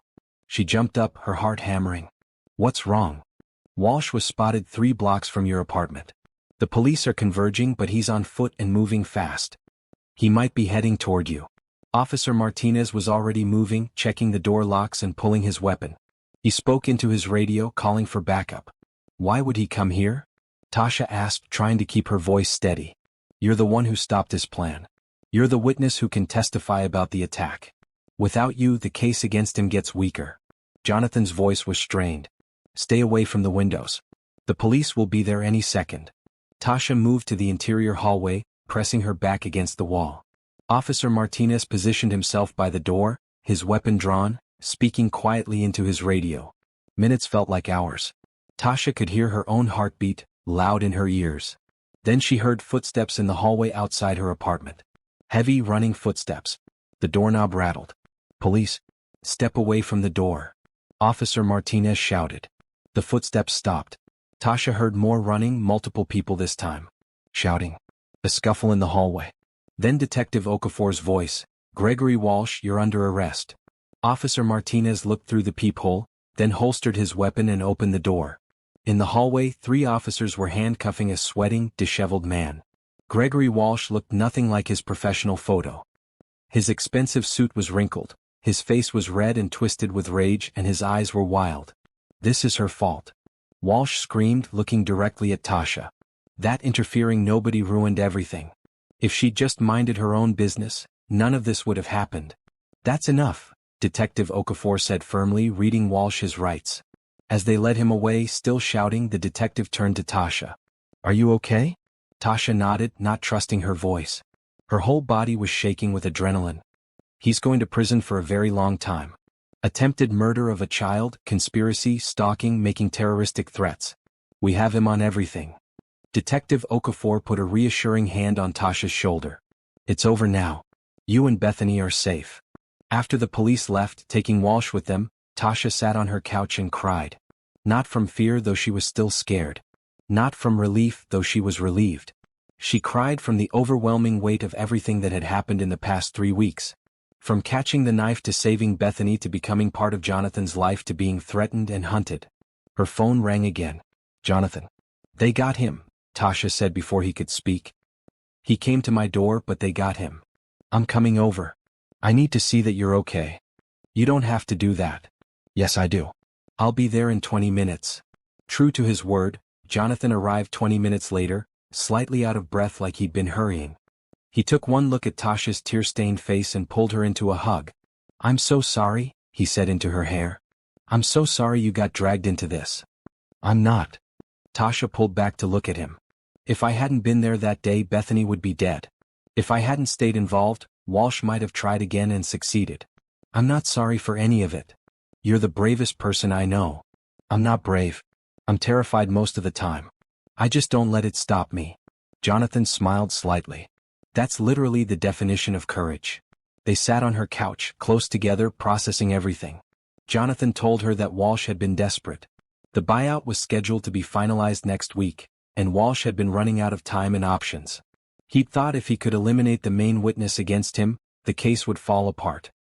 He was wrong, Jonathan said. Even without your testimony, we have Curry's statement and all the evidence. Walsh is going away for decades. What about the buyout? It'll go through now without opposition. Walsh's lawyer is already negotiating a settlement. He'll lose everything, which is what he deserves. Jonathan looked at her. And Reynolds' technology will be stronger without him. We can focus on the work that matters instead of dealing with his schemes. That's good. They sat in comfortable silence for a while. Then Jonathan said quietly, I need to tell you something. Tasha's stomach tightened. Okay. These past few weeks, getting to know you, seeing how you are with Bethany, watching you face all of this with such strength. He paused, seeming to gather his courage. I care about you, Tasha. A lot. More than just as an employee or a friend. Tasha's heart started pounding for an entirely different reason. Jonathan. I know the timing is terrible. We've just been through a crisis, emotions are high, and you work for me, which makes everything complicated. But I needed to say it. You deserve to know how I feel. Tasha looked at this man who'd changed her life. Who'd seen her at her lowest and offered help without conditions. Who trusted her with his daughter and his business. Who looked at her like she mattered. I care about you too, she said softly. I have for a while now. I just didn't think. She trailed off. Didn't think what? That someone like you could see someone like me that way. Jonathan took her hand, carefully avoiding the healing scar on her palm. Someone like you is exactly who I see. Someone brave and kind and genuine. Someone who puts others first. Someone my daughter adores and who I've come to depend on. It is complicated, Tasha said. The job, the difference in our lives, everything. I know.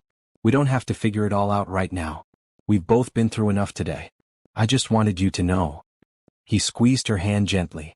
Whatever happens between us, you'll always have a place in our lives. You and Bethany have bonded, and I won't take that away from her or you, regardless of anything else. Thank you for saying that. Jonathan stayed for another hour, just sitting with her, making sure she was truly okay. Before he left, he hugged her again, holding on a little longer than necessary. Get some rest, he said. Take tomorrow off if you need it. Jessica and I can handle things. I'll be there. I want things to feel normal again. Normal sounds good. After he left, Tasha lay in bed staring at the ceiling. Gregory Walsh was in custody. The threat to Bethany was over. Her life could finally settle into the new normal she'd been building. And maybe, just maybe, that new normal could include something she'd never let herself hope for. A real relationship with a good man who saw her for who she was and valued it. A chance at not just a job and an apartment but a family. She touched the scar on her palm, feeling the raised tissue. This mark would be with her forever, a reminder of the day everything changed. The day she stopped being invisible and became someone who mattered. Tasha closed her eyes and let herself imagine it. A future where she belonged. Where she was loved. Where catching a knife had caught her something far more precious. She fell asleep with a smile on her face, for the first time in weeks feeling truly safe. 2 months later, Tasha sat in a courtroom wearing a blue dress that Jessica had helped her pick out. Her hands were folded in her lap, and she could feel the scar on her palm. It had healed well, though the physical therapist said she'd always have some stiffness in her grip. Gregory Walsh sat at the defendant's table with his lawyers, looking smaller somehow than he had that day in her hallway. He wore an orange jumpsuit now instead of expensive suits. His empire had crumbled. His wife had filed for divorce. His assets were frozen. And soon he'd be going to prison. The prosecutor, a sharp woman named Andrea Chin, stood up. The state calls Tasha Williams to the stand. Tasha's legs felt shaky as she walked to the witness box. She placed her hand on the Bible and swore to tell the truth. The courtroom was packed with reporters, observers, and Walsh's victims. Jonathan sat in the front row with Claire. Bethany was at school, too young to be here for this. Ms. Williams, Andrea Chin began, can you tell the court what you witnessed on the afternoon of April 15th? Tasha took a deep breath and began. She described her food cart in the park, the beautiful spring day, the little girl in the yellow dress. She described seeing Gregory Walsh's hired man grab Bethany. Seeing the knife. Running without thinking. And then what happened? Andrea prompted. I caught the blade with my hand. Tasha held up her scarred palm for the jury to see. It cut deep, but I held on. I couldn't let him hurt her. Why did you do that, Ms. Williams? You didn't know this child. Because she was a child. Because someone needed help and I could help. Because it was the right thing to do. The prosecutor walked her through the rest. Jonathan tackling the attacker, the security guards arriving, the ambulance. Then she moved to the aftermath. The phone call with the distorted voice. Walsh showing up at her apartment. The threats and the fear. Walsh's defense attorney, a tired-looking man named Robert Green, tried to poke holes in her testimony during cross-examination. Ms. Williams, isn't it true that you were struggling financially before this incident? Yes. And isn't it true that Mr. Reynolds offered you substantial financial assistance after you saved his daughter? He offered to help because I was injured and couldn't work. Yes. So you had a financial motive to testify in a way that would please Mr. Reynolds. Andrea Chin shot to her feet. Objection. Ms. Williams is testifying to what she witnessed firsthand. Her financial situation has no bearing on the facts. Sustained, the judge said. Mr. Green, stick to relevant questions.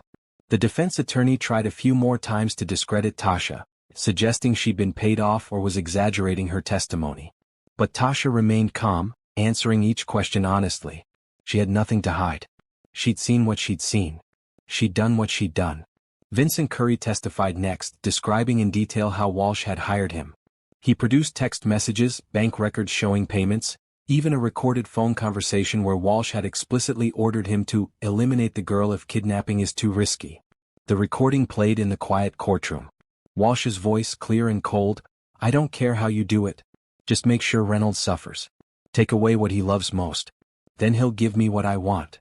Several jurors looked disgusted. One woman wiped tears from her eyes. Over 3 days the prosecution built an overwhelming case. Walsh had means, motive, and opportunity. He'd planned the attack carefully, studying Bethany's routines, hiring Curry, providing detailed information. When the first attempt failed, he doubled down with threats and stalking. The defense tried to paint Walsh as a desperate man driven to poor decisions by stress. They argued he'd never actually intended for Bethany to be hurt, that it was all just threats meant to scare Jonathan into backing off the buyout. But the jury didn't buy it. After only 4 hours of deliberation, they returned a verdict. Guilty on all counts. Attempted murder, conspiracy to commit murder, stalking, making terroristic threats, witness intimidation. The judge scheduled sentencing for 2 weeks later. Walsh was led out of the courtroom in handcuffs, his face blank. Jonathan caught up with Tasha in the hallway outside. You were amazing in there. So calm and clear. I just told the truth. Tasha felt drained. Testifying had been harder than she'd expected, reliving that day in the park and all the fear that followed. Come on. Let me buy you lunch. Or dinner. Whatever meal this counts as. Jonathan looked at his watch. It's 4 o'clock. We've been here all day. They went to a quiet restaurant near the courthouse, sitting in a corner booth away from other diners. Tasha ordered soup because her stomach was too unsettled for anything heavier. How's Bethany doing? She asked. Does she understand what's been happening? She knows the bad man who tried to hurt her is going to jail. She doesn't understand all the details, which is probably for the best. She's mostly just excited that she can go to the park again without a bodyguard. Jonathan smiled. She asked me yesterday if you could come to the park with us this weekend. She wants to show you her new skill on the swings. I'd love to. They ate in comfortable silence for a while. Over the past 2 months, Tasha and Jonathan had found a rhythm. She'd become invaluable at work, taking over all of Jessica's duties as the older woman transitioned into retirement. Tasha managed Jonathan's calendar, coordinated with department heads, and even sat in on some meetings to take notes. But more than that, she'd become part of their family. She had dinner at Jonathan's house twice a week. She helped Bethany with art projects and read her bedtime stories. She went to Bethany's school events and soccer games. Jonathan had been careful about his feelings, not pushing or making things awkward. But Tasha felt the connection between them growing stronger. The way he looked at her. The way he found excuses to spend time with her. The way they could communicate with just a glance after months of working together. Tasha, Jonathan said, setting down his fork, the trial's over. Walsh is going to prison. Our lives can finally get back to normal. That's good. Except I don't want normal. Not if normal means pretending I don't have feelings for you. Not if normal means keeping this professional distance when all I want is to be close to you. Tasha's heart started racing. Jonathan. I know all the reasons this is complicated. I'm your boss. I have a daughter. We come from different worlds. But none of that matters to me. What matters is that you're the first person I think about in the morning and the last person I think about before I sleep. What matters is that Bethany lights up when you walk in the room. What matters is that you make both of our lives better just by being in them. You make my life better too, Tasha said quietly. You and Bethany both. I never thought I could have this. A real job, a real home, people who care about me. And then more than that. Someone who sees me, really sees me and likes what he sees. I more than like what I see. I love what I see. Jonathan reached across the table and took her hand. I love you, Tasha. I've been falling in love with you since the day you caught that knife. Maybe even in that exact moment, watching you risk everything for my daughter without hesitation. Tears pricked Tasha's eyes. I love you too. I've been scared to say it, scared to hope for this, but I do. I love you and I love Bethany. Then let's stop being scared. Let's see where this goes. We'll take it slow, make sure Bethany adjusts, figure out the work situation. But let's do this together. Really together. Yes, Tasha said, smiling through her tears. Yes, I want that.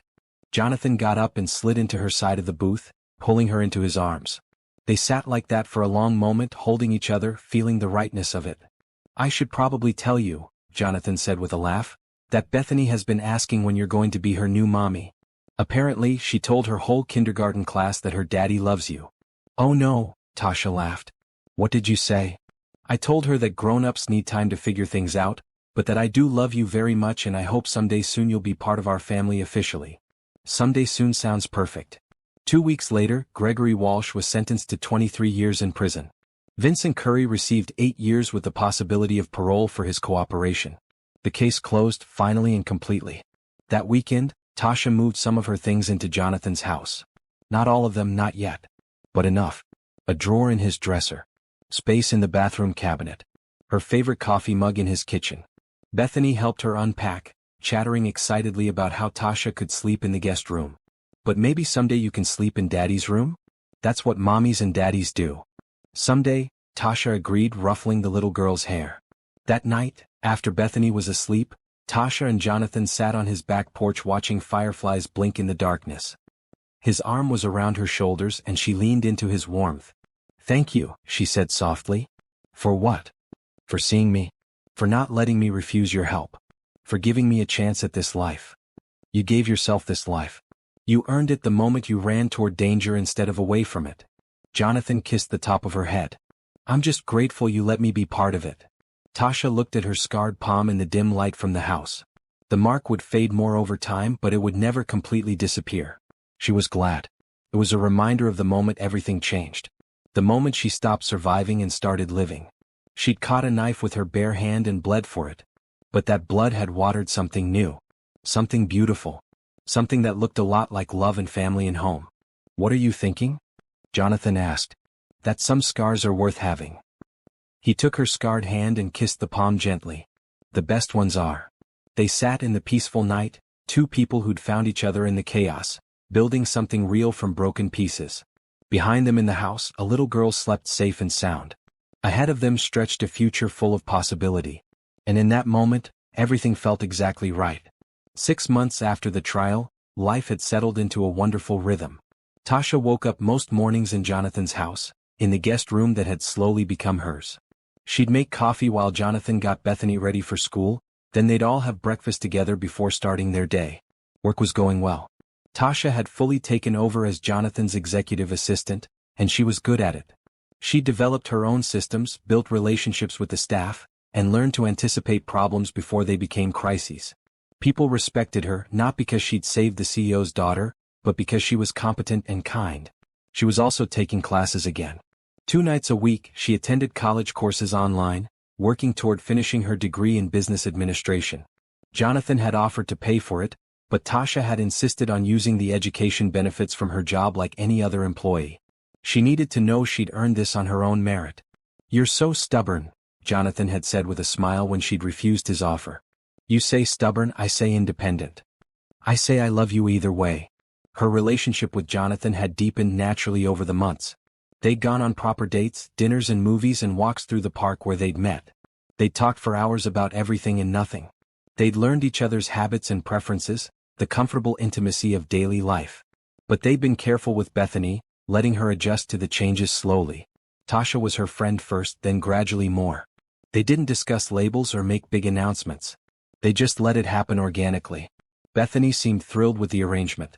She had Tasha at breakfast, sometimes saw her at the office after school, and got to spend evenings with her when Tasha stayed for dinner. She'd started calling Tasha by her first name instead of Miss Williams, and she'd drawn a new picture for her wall, the 3 of them holding hands with a house and a sun and hearts floating everywhere. On a Saturday morning in October, Tasha woke early to sunlight streaming through her bedroom window. She could hear Jonathan already up, probably making his terrible coffee. She smiled and got out of bed, pulling on jeans and a red sweater. In the kitchen, she found him at the stove attempting to make pancakes. 2 were already burned in the pan. "Need help?" she asked, kissing his cheek. "Desperately. I don't know how you make these look so easy." Tasha took over the pancakes while Jonathan set the table. This had become their Saturday morning ritual. Pancakes, usually made by Tasha because Jonathan was hopeless in the kitchen, eaten together before starting their weekend. Bethany stumbled in wearing her unicorn pajamas, her hair a mess of curls. She climbed into Tasha's lap without asking, something she did now like it was the most natural thing in the world. "Morning, sleepyhead," Tasha said, hugging her. "Morning. Are those chocolate chip pancakes? Would I make any other kind?" After breakfast, they all went to Monroe Park. It was the first time Tasha had been back since the attack, and she felt nervous as they pulled into the parking lot. "We don't have to do this," Jonathan said, reading her expression. "No, I want to. I don't want to be afraid of this place. It's where we met. It should be a good memory." The park was full of families enjoying the fall weather. Children played on the swings and slides. Dogs chased frisbees. It looked peaceful and normal, nothing like the scene from her nightmares. Bethany ran ahead to the playground, and Tasha and Jonathan followed at a slower pace. They walked past the spot where Tasha's food cart had been. Someone else had the spot now, selling tacos instead of sausages. "Do you miss it?" Jonathan asked. "The cart? Sometimes. It was mine, you know. I built that business from nothing. But honestly, no. I don't miss the long hours or the uncertainty or never knowing if I'd make rent." She looked up at him. "What you gave me is so much better. Stability. A future. A family." They reached the fountain where it had happened. Tasha stood at the edge, looking at the water sparkling in the sunlight. This was where she'd seen the knife. Where she'd run without thinking. Where everything had changed. "Thank you," she said quietly. "For what?" "For not letting that moment define me. For giving me space to be more than just the woman who caught a knife. For letting me be Tasha, complete and whole, with flaws and dreams and a life that matters." Jonathan pulled her close. "You've always been that person. I just got lucky enough to see it." Bethany ran back over, breathless and excited. "Tasha, come push me on the swings. I can go really high now." Tasha spent the next hour playing with Bethany, pushing her on the swings, helping her across the monkey bars, catching her at the bottom of the slide. Jonathan watched from a bench, smiling at his 2 favorite people. As they were leaving, a woman approached them hesitantly. She was in her 30s with a little boy holding her hand. "Excuse me, are you Tasha Williams?" "Yes," Tasha said cautiously. "I wanted to say thank you. Not just for what you did for this little girl but for what you showed all of us. I saw the video. I saw you run toward danger when everyone else froze. And it made me think about the kind of person I want to be. The kind of example I want to set for my son. She smiled. You inspired a lot of people that day. I hope you know that. The woman walked away before Tasha could respond. She stood there, processing the words, feeling something shift inside her chest. You okay? Jonathan asked. Yeah. I just never thought about it that way. That other people saw what I did and it mattered to them. You're a hero to a lot of people.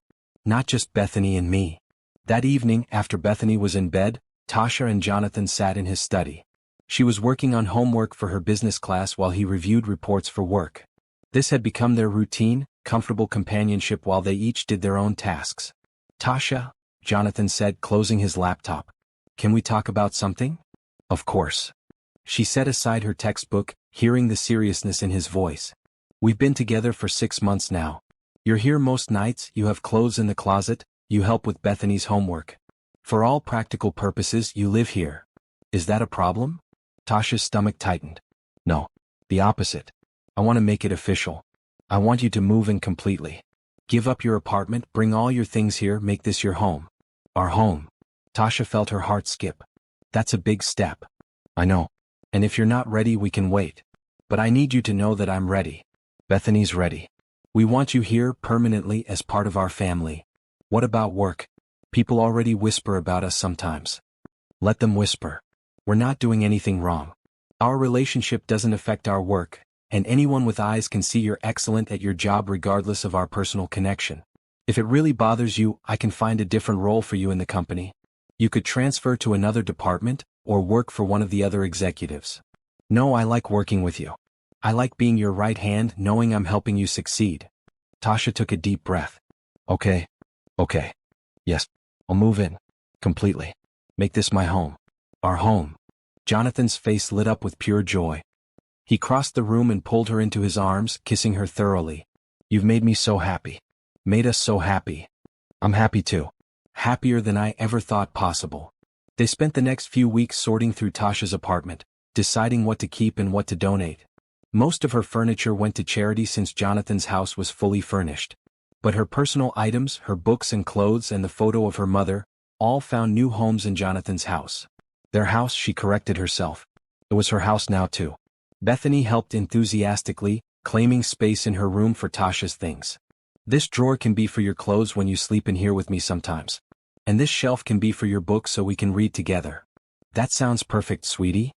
The day Tasha officially moved in, Claire came over with a housewarming gift. A beautiful framed photo of the three of them from a company picnic. They were laughing in the picture, arms around each other, looking like what they were. A family. I'm glad my brother found you, Claire said, hugging Tasha. You're good for him. Good for both of them. You've brought life back into this house. That night, after everything was unpacked and Bethany was asleep, Tasha stood in the master bedroom. She'd been sleeping in the guest room, but Jonathan had asked if she was ready to share his room. To fully share his life. She looked at the photo on his dresser, the one of him and his late wife Lily. It had always been there, and Jonathan had never hidden his past.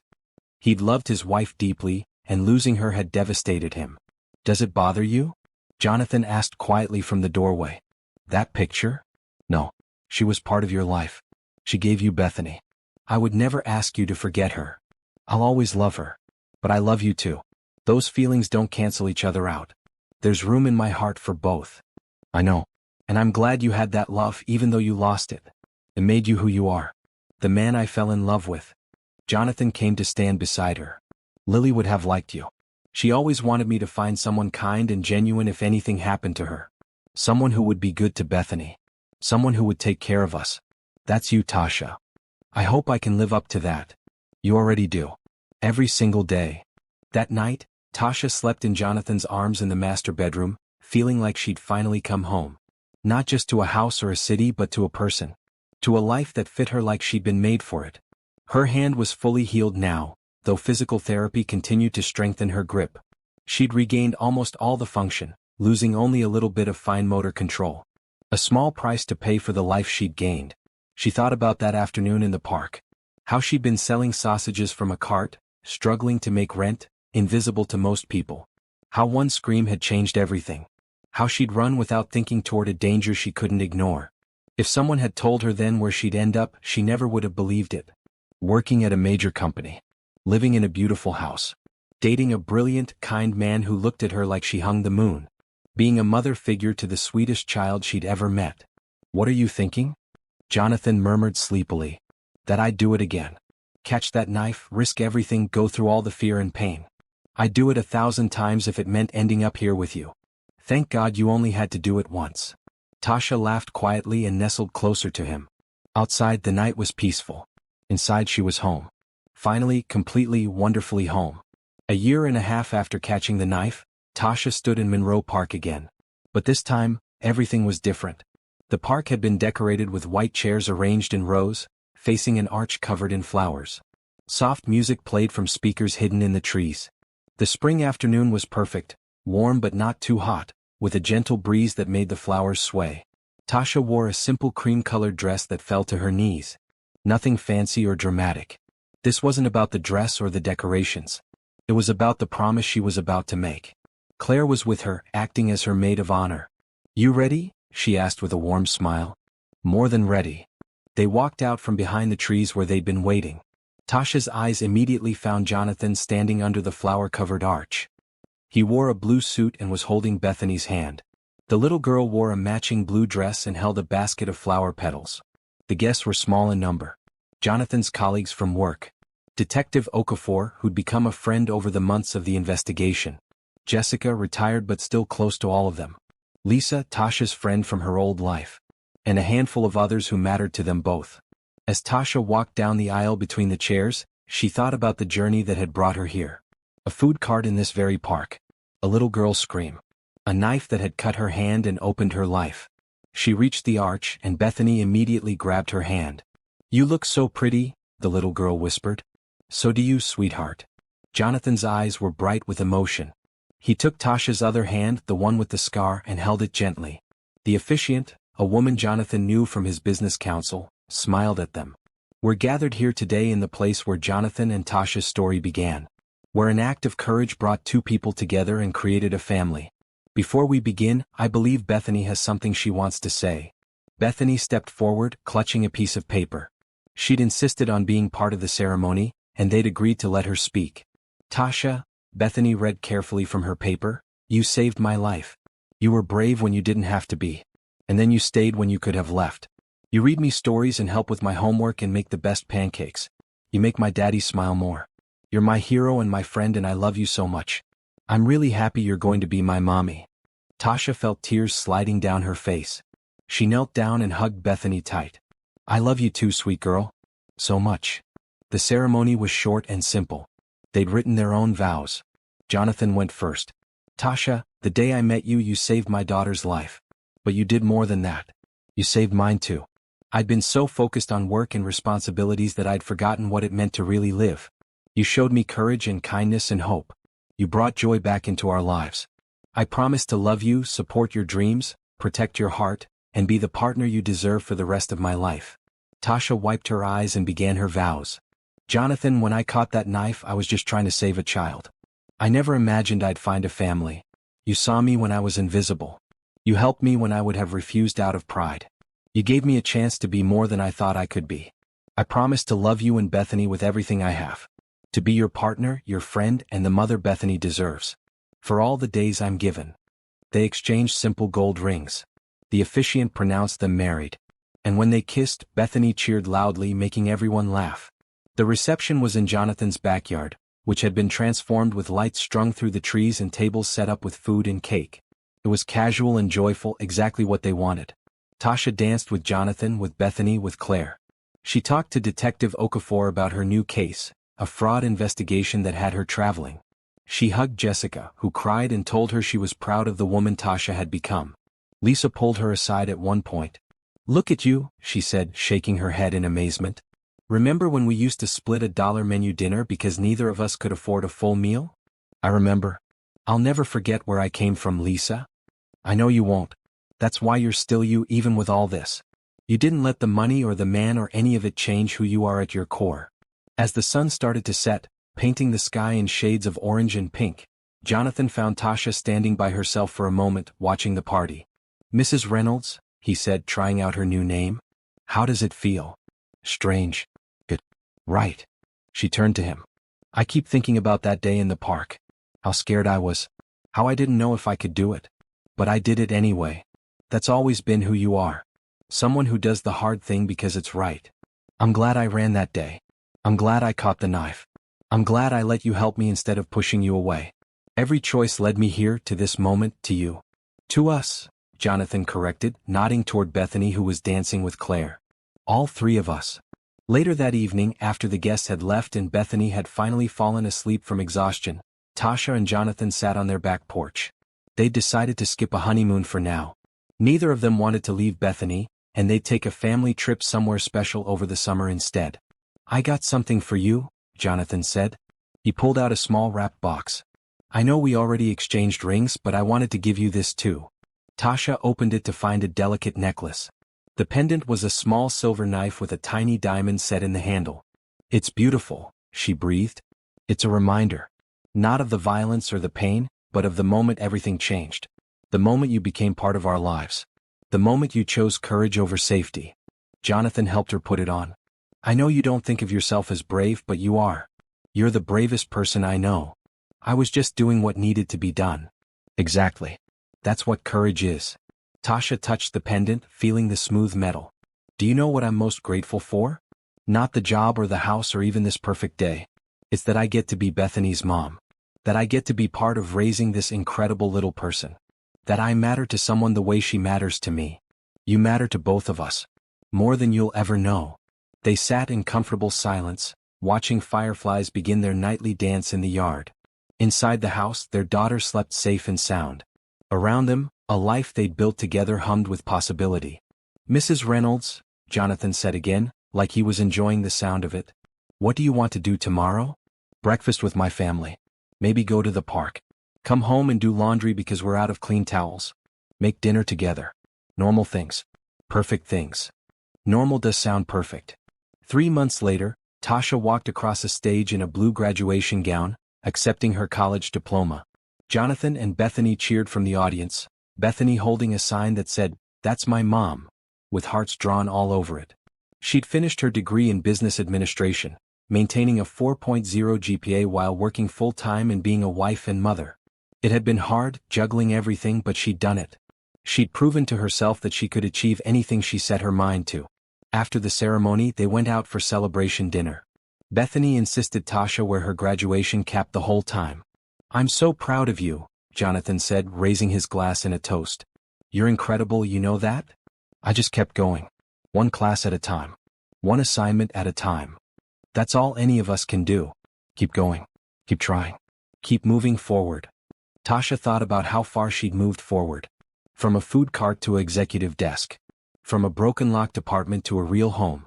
From being alone to being part of a family. From surviving to thriving. At work the next week, there was a surprise waiting for her. Jonathan's senior leadership team had gathered in the conference room with a cake. "We wanted to congratulate you on your graduation," said Michael Torres, the VP of Operations. "We also wanted to offer you a new position. Director of Operations Support. It's a promotion with your own team and a significant raise. If you're interested." Tasha looked at Jonathan, who smiled. "This is separate from our personal relationship. The leadership team made this decision based on your work performance over the past 18 months. You've earned this on your own merit."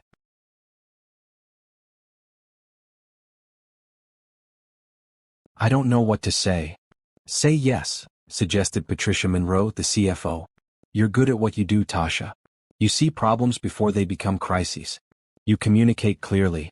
You build relationships. Those are leadership skills. We need them on the operations team." Tasha thought about refusing, about worrying it was too much too fast. But then she remembered Jonathan's words from long ago, "Let yourself have it. This is your life now. You earned it." "Yes," she said firmly. "I'd be honored to accept the position." The transition into leadership was challenging but rewarding. Tasha discovered she liked managing people, helping them grow and succeed. She brought the same caring approach to leadership that she'd always had in life. She remembered what it felt like to struggle, to need help, to want someone to believe in you. 6 months after her promotion, she hired a young woman named Angela Martinez who was working 2 jobs and attending night school. Angela reminded Tasha of herself, scrappy and determined but needing a chance. "I believe in you," Tasha told her on Angela's first day. "You're going to do great things here." Angela's eyes filled with tears. "Thank you for giving me this opportunity. Someone gave me a chance when I needed it. Now I'm paying it forward." At home, life was beautifully ordinary. Bethany was thriving in second grade. She'd inherited her father's intelligence and her new mother's kindness. She talked about becoming a doctor someday so she could help people. Or maybe a teacher, she mused one evening while Tasha helped her with homework. Or an artist. Or a scientist. "You can be anything you want," Tasha assured her. "You have time to figure it out." "What did you want to be when you were my age?" Tasha thought back to her childhood before her mother got sick. "I wanted to be a chef. I loved cooking with my mom." "You still love cooking. You make the best food ever." "Thank you, baby. But I ended up doing something different, and that's okay too. Life takes you where you need to go, not always where you planned. Like how you didn't plan to catch a knife, but if you didn't, you wouldn't have met us." Exactly like that. On their first wedding anniversary, Jonathan surprised Tasha by taking her back to Monroe Park. They walked to the spot where her food cart had been, where she'd seen the knife, where everything had changed. "I wanted to come back here with you," Jonathan said. "To remember but also to celebrate.